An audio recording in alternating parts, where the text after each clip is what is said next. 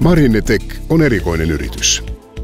Se päätti pärjätä vientimarkkinoilla ensin ja vasta sen jälkeen menestyä kotimarkkinoilla.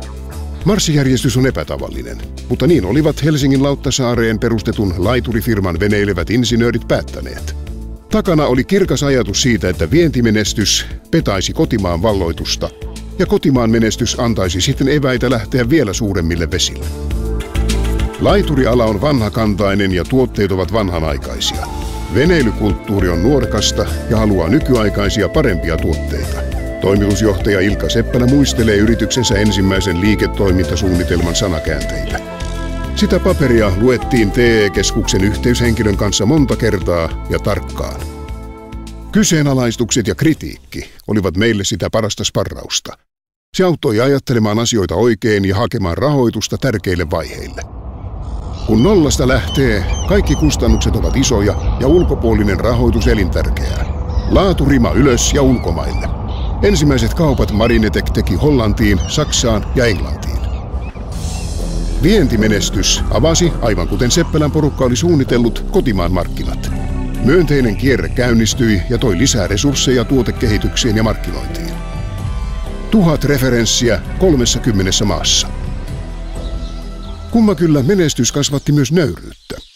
Yritys, joka aluksi kuvitteli samojen ylivoimaisten tuotteiden sopivan joka paikkaan, muutti asenteensa ja herkisti korvansa. Pärjäämme paremmin, jos kuuntelemme markkinoita ja kehitämme eri markkinoille eri tuotteita ja toimintakonsepteja. Pärjäämme vielä paremmin, jos meillä on ulkomailla osakkuusyhtiöt, jälleenmyyjät, sellaiset partnerit, jotka tuntevat paikalliset markkinat ja kulttuurit. Kulttuuri, etenkin sisukulttuuri, oli yksi ratkaiseva tekijä, kun Marinetec voitti tähän astisista tarjouspyynnöistä suurimman, vaikeimman ja näyttävimmän. Kun alan isot kansainväliset toimijat yksi toisensa jälkeen vetäytyvät kilpailusta liian vaikeana, Marinetec partnereineen työstää 4 kuukautta yötä päivää kaikki yksityiskohdat huomioivaa suunnitelmaa ja voittaa kisan, maailman suurimman laiturikaupan. Palm Jumeirah Island, Dubai. 1200 venepaikkaa, laituria 13 kilometriä, pinta-alaa 4 hehtaaria. Sisua, onnea, osaamista ja hyvät liikesuhteet, verkottuminen ja yhteistyö paikallisen rakennusliikkeen kanssa. Seppälä luettelee Dubain jättikaupan onnistumisen tärkeitä tekijöitä. Seppälä myhäilee, on ikään kuin syytä. Asiakas Sheikh Al Maktoum on nimittäin erittäin tyytyväinen ja hänellä on vireillä vielä paljon suurempia hankkeita. Takaisin arkeen. Marinetec on innovatiivinen, voimakkaasti kansainvälistyvä kasvuyritys. Meillä on liiketoimintaa 30 maassa ja periaatteessa koko maapallo on meidän pelikenttä. Silloin kun istumme samaan pöytään Finnveran, Finpron, T-keskuksen ja Tekesin kanssa, saamme heiltä tarkan tiedon niistä työkaluista, joita meillä on käytettävissä. Yhdessä me päätämme sitten, kuinka edetään.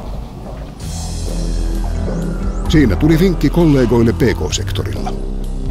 Marinetec Groupiin kuuluva Marina Housing Oy on ollut alusta alkaen yhteistyössä Tekesin kanssa.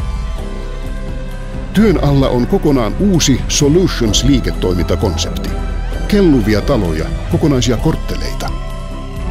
Kotimaassa kysyntä on vasta heräämässä. Maailmalla erilaisten kelluvien ratkaisujen buumi on jo alkanut.